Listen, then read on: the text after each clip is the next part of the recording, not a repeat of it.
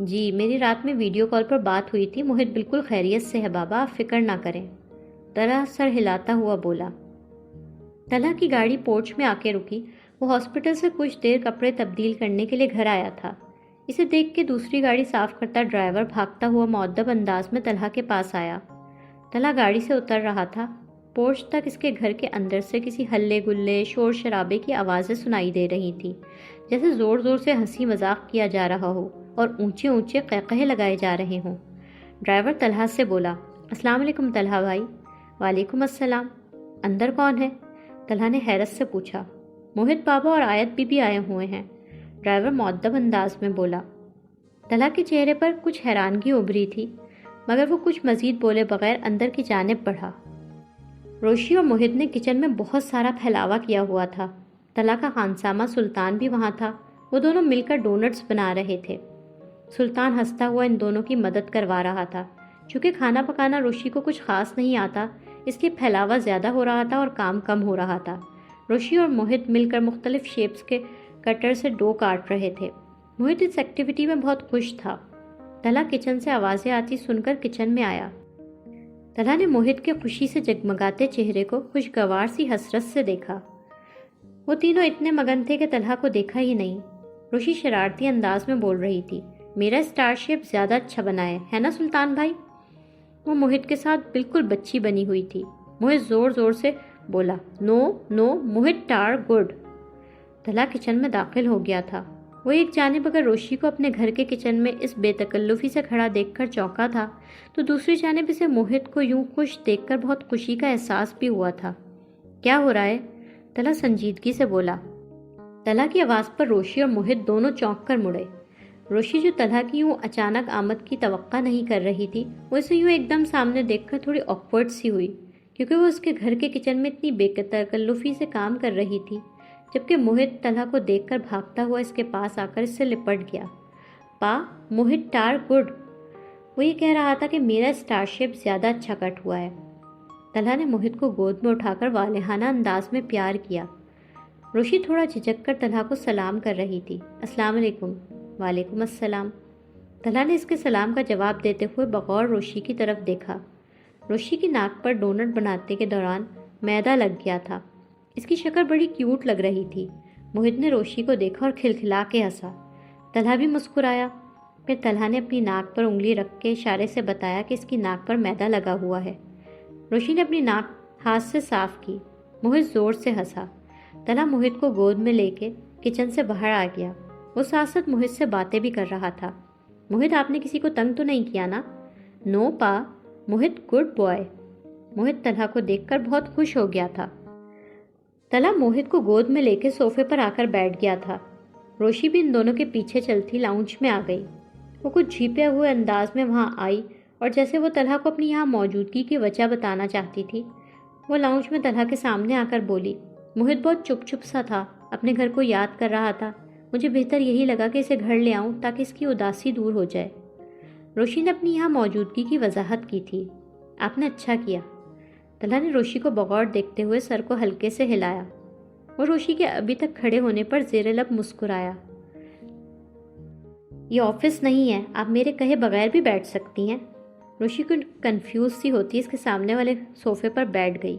طلحہ اس کی طرف نرم نظروں سے دیکھتا ہوا پوچھ رہا تھا، موہت نے رات تنگ تو نہیں کیا نا؟ بالکل بھی نہیں، مجھ سے سٹوری سنتے سنتے بڑے آرام سے سو گیا تھا موہت۔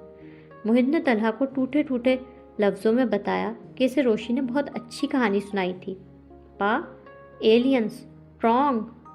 ایلینز کی سٹوری اچھی لگی تھی موہت؟ طلحہ دل ہی دل میں روشی کا احسان مند تھا کہ روشی نے موہت کا اتنا خیال رکھا۔ انکل کیسے ہیں؟ روشی نے قدر سنجیدگی سے طلحہ سے پوچھا۔ الحمدللہ اسٹیبل ہیں، ان کے کچھ ٹیسٹ ہو رہے ہیں، انشاءاللہ کل تک ڈسچارج ہو جائیں گے۔ طلحہ نے نرم لہجے میں روشی کو جواب دیا۔ روشی یہ سن کر مطمئن ہوئی تھی۔ موہت جو طلحہ کی بات غور سے سن رہا تھا، اس نے طلحہ سے کنفرم کیا، پا دا ٹھیک؟ ہاں موہت، دا بالکل ٹھیک ہے، تمہیں بہت یاد کر رہے ہیں، کل گھر واپس آ جائیں گے۔ طلحہ موہت کو پیار کرتے ہوئے اس وقت روشی کو سوچ رہا تھا۔ اس کو روشی کی اپنے گھر پر موجودگی مختلف بھی لگ رہی تھی اور اچھی بھی۔ موہت اسے اتنا نارمل اور پرسکون نظر آیا کہ اس کی موہت کے حوالے سے ساری ٹینشنز دور ہو گئی تھی۔ وہ اس پل اس لڑکی کا شکر گزار بھی ہو رہا تھا جو کسی جادوئی کہانی کی مہرباں پری کی طرح مشکل کی اس گھڑی میں اس کے کام آئی تھی۔ طلحہ نے سلطان کو آواز لگائی، سلطان؟ خانسامہ سلطان کچن سے بھاگا بھاگ طلحہ کی بات سننے آیا۔ جی طلحہ بھائی؟ بابا کے لیے سوپ اور کھچڑی بنا دیں، انہیں ہاسپٹل کا کھانا اچھا نہیں لگ رہا۔ میں شاور لے کر چینج کر کے آتا ہوں، آپ کھانا تیار کریں۔ جی بہتر، میں ابھی سب چیزیں تیار کر دیتا ہوں۔ سلطان فوراً کچن میں چلا گیا۔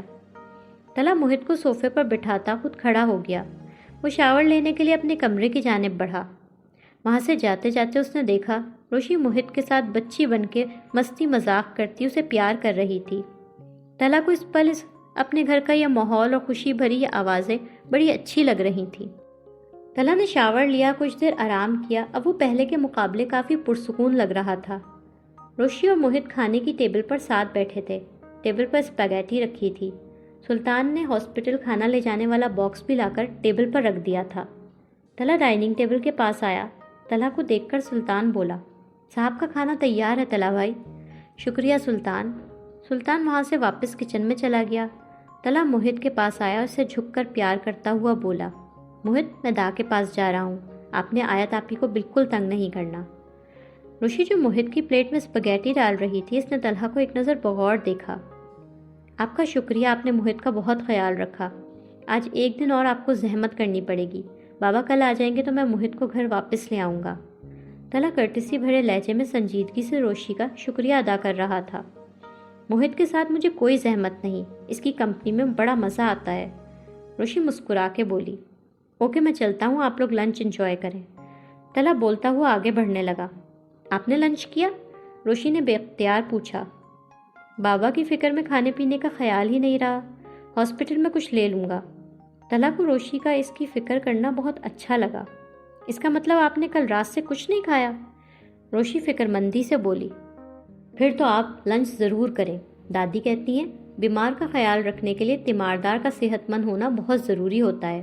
آپ کھانا کھائیں، میں آپ کے لیے چائے بنا کر لاتی ہوں۔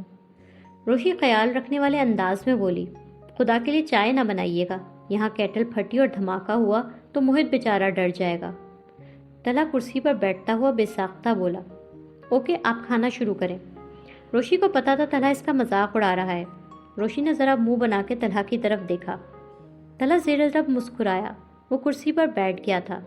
روشی اس کے نزدیک کھڑی تھی۔ وہ بنا سوچے سمجھے خود ہی طلحہ کی پلیٹ میں اسپاگیٹی ڈالنے لگی۔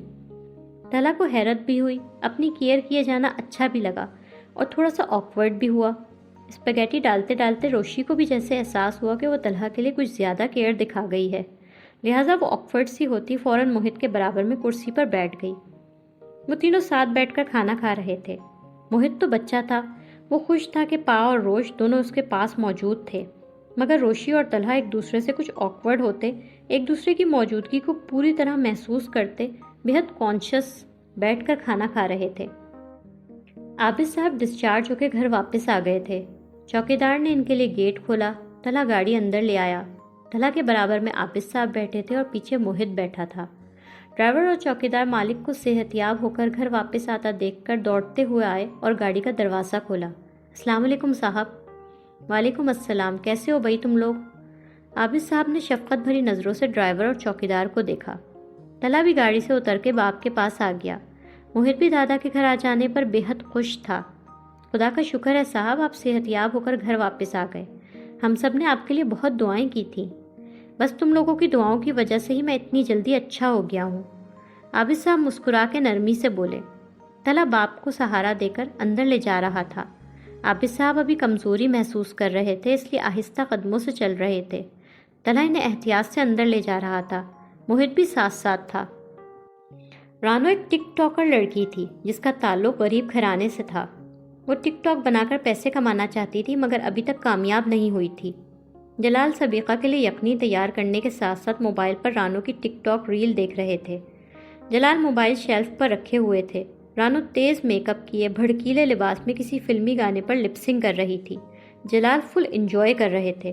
ریل کے اینڈ میں رانو بولی، بہنوں اور میری پیاری بہنوں کے بھائیوں، آپ کو ضرور میرا گانا پسند آیا ہوگا تو دل کھول کر اپنے دل والے لائکس بھیجیے نا۔ میرے چینل کو لائک اور سبسکرائب کرنا نہ بھولیے گا، ورنہ رانو کی اپ کمنگ ویڈیوز اور ریلز آپ کیسے انجوائے کریں گے؟ وہ اٹھلا کے بولی۔ جلال یخنی چھوڑ کے اسے سبسکرائب اور لائکس بھیج رہے تھے کہ سلیقہ چیختی ہوئی آ گئی۔ جلال کے ہاتھ سے گھبرا کے چمچہ گرا اور انہوں نے جلدی سے ویڈیو چینج کی۔ موبائل پر لیڈی ڈاکٹر لیکچر دے رہی تھی سنجیدگی سے۔ یہ دیکھ کے جلال کو تسلی ہوئی کہ تبدیل کرتے ہی کسی معتبر ڈاکٹر کی ریل لگ گئی۔ سلیقہ جلال کی طرف دیکھ کے چیختے ہوئے رومال سے ناک صاف کر رہی تھی۔ کیا دیکھ رہے تھے؟ بیچاری ڈاکٹر صاحبہ بڑے مفید مشورے دے رہی تھی، میں نے 1-2 نوٹ بھی کر لیے۔ حسب عادت ڈاکٹر کے ساتھ بھی بیچاری کا لفظ انہوں نے لگا دیا تھا۔ آپ جیسے ہی لیبر پین محسوس کریں فوراً اپنے ڈاکٹر سے رجوع کریں۔ سلیقہ بھی ویڈیو دیکھنے لگی تھی۔ جلال گھبرا کے موبائل بند کرنے کی کوشش کرنے لگے، مگر موبائل بند ہی نہیں ہو رہا تھا ان سے۔ اپنی اور اپنے ہونے والے بچے کی صحت کا خیال رکھیں۔ اب اپنی گائنیکالوجسٹ کو اجازت دیں، پھر ملیں گے اگلی ویڈیو کے ساتھ۔ سلیقہ نے ان کے ہاتھ سے موبائل لے کے اسے بند کیا اور بولی، پھر آپ کو لیبر پین محسوس ہوا تو ڈاکٹر سے رجوع کریں۔ سلیقہ طنزیہ بولی، جان تمہاری طبیعت خراب ہے، اتنا زکام ہو رہا ہے، تم یہاں کیوں آ گئی؟ میں تمہارے لیے یخنی لا تو رہا تھا۔ آپ نہیں سدھریں گے۔ سلیقہ انہیں گھورتی ہوئی چلی گئیں۔ جلال اپنے آفس روم میں بیٹھے موبائل پر ٹک ٹاک رانو کی ویڈیوز بڑے انہماک سے دیکھ رہے تھے۔ اس میں بھی وہ لڑکی خوب چیختا چلاتا میک اپ کر کے کسی مشہور فلمی گانے پر لپسنگ کر رہی تھی۔ جلال اس کی اداؤں میں کھوئے ہوئے تھے۔ رانو ویڈیوز میں گانا ختم کر کے حسب عادت اٹھلا کے بولی، پیاری بہنوں اور بہنوں کے بھائیوں، آج کل لائکس اور کامنٹس اتنے کم کیوں آ رہے ہیں؟ رانو کا دل نہ توڑیں، دل کھول کے دل والے لائکس بھیجیں۔ اسی وقت جلال کا پیون ان کے لیے چائے لے کر کمرے میں آیا۔ جلال جو رانو کی بات پر جذباتی سے ہو کے دھڑا دھڑ کامنٹس کرنا چاہتے تھے، انہیں پیون کا آنا پتہ ہی نہیں چلا۔ سر چائے۔ جلال پیون کی آواز پر چونکے، بوکھلا کے دوسری ویڈیو فوراً کلک کی جس میں اب میک اپ کے طریقے کو ایک ٹک ٹاکر سکھا رہی تھی۔ جلال پیون کے سامنے بات بناتے ہوئے بولے، ایک تو اسمارٹ فون بھی نا، کلک کسی ویڈیو پر کرو چل کوئی اور جاتی ہے۔ سر میرے ٹچ فون میں بھی یہی ہوتا ہے۔ ایک دن میں بڑی سبق آموز ویڈیو دیکھ رہا تھا، اچانک اماں آ گئیں اور گھبرا کے میں نے ویڈیو چینج کی تو وہاں بھی لڑکی ڈائپر سے ختم ہونے والی ریشز کے ٹوٹکے بتا رہی تھی۔ اماں نے وہ آڑے ہاتھوں لیا کہ کیا بتاؤں۔ پیون جلال کی بات پر معنی خیز انداز میں مسکرایا، تو اس میں ایسی کیا بری بات تھی؟ جلال بولے، سر ابھی تو میری شادی بھی نہیں ہوئی، بچوں کے ڈائپر چینج کرنے کی باری تو پتہ نہیں کب آئے گی۔ پیون شرما کے بولا، آ جائے گا وہ وقت بھی، حوصلہ رکھو۔ ویسے وہ سبق آموز ویڈیوز کتنی سبق آموز تھیں جو اماں کو دیکھتے ہی ہٹانی پڑی۔ جلال چھیڑنے والے انداز میں بولے، ایک بہت مشہور ٹک ٹاکر ہے، اس کی ویڈیوز بڑے مزے کی ہوتی ہیں سر، وہی دیکھ رہا تھا۔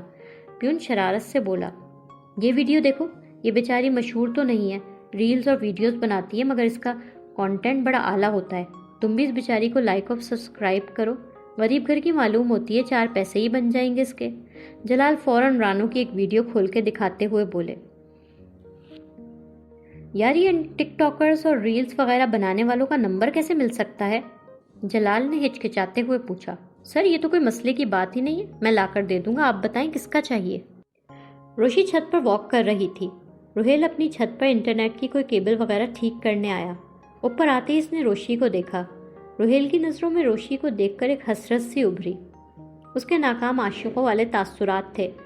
روہیل روشی کو افسردگی سے ٹکٹکی باندھ کے دیکھ رہا تھا۔ روشی کی نظر اس پر پڑی۔ روشی کچھ سوچ کر چلتی ہوئی روہیل کے گھر کے ملنے والی دیوار پر آ گئی۔ مبارک ہو، سنا ہے آپ کی منگنی ہو گئی۔ آپ تو میرے زخموں پر نمک پاشی نہ کریں، بخدا سچ کہتا ہوں آپ سے بے وفائی کا میں نے سوچا بھی نہیں تھا۔ اماں ظالم سماج نہ بنتی تو آج ہم ایک ہوتے، مگر انہوں نے تو ہمیں دریا کے 2 کناروں کی طرح کر دیا، ساتھ ساتھ ہیں مگر مل نہیں سکتے۔ او ہیلو، میں تو سمجھ رہی تھی منگنی ہو گئی، سدھر گئے ہوں گے آپ، مگر آپ نے تو چپکنے میں گلو کو بھی مات کر دیا ہے۔ روشی سمجھ رہی تھی منگنی کے بعد روہیل سدھر گیا ہوگا۔ سچ کہتا ہوں روشی جی، یہاں خالی خالی لگتا ہے، لائف میں کچھ رہا ہی نہیں ہو جیسے۔ ساری رات جاگتا ہوں۔ کل رات بھی 11:30 بجے اپنے کمرے میں گیا، خوب تیز گرم پانی سے نہایا، ہاتھوں پیروں پر لوشن ملا، سر میں ناریل کے تیل کی چمپی کی، دودھ پیا ہلدی ملا کے، آنکھوں میں سرما لگایا، آپ کی اور اپنی اماں کی لمبی عمر کی دعا مانگی، مگر پھر سونے لیٹا تو نیند آنکھوں سے کوسوں دور تھی۔ روہیل بہت دکھ بھرے لہجے میں بول رہا تھا، سونے سے پہلے اتنے کام کریں گے تو نیند کے لیے وقت کہاں بچے گا؟ مجھے ہمدردی ہے آپ کے ہونے والی بیوی سے۔ روشی تنزیہ بولی۔ کیا مطلب ہے آپ کا؟ روہیل ہونک نظروں سے دیکھتا ہوا بولا۔ آئندہ میری اور اپنی اماں کی لمبی زندگی کی دعا مانگنے کے بجائے اپنی دماغی صحت کے لیے دعا مانگیے گا۔ خلل آہستہ آہستہ بڑھتا جا رہا ہے۔ روشی یہ کہتے ہوئے وہاں سے چلی گئی۔ لائک، کامنٹس، شیئر کریں اور تازہ ترین اپڈیٹس کے لیے سبسکرائب کریں۔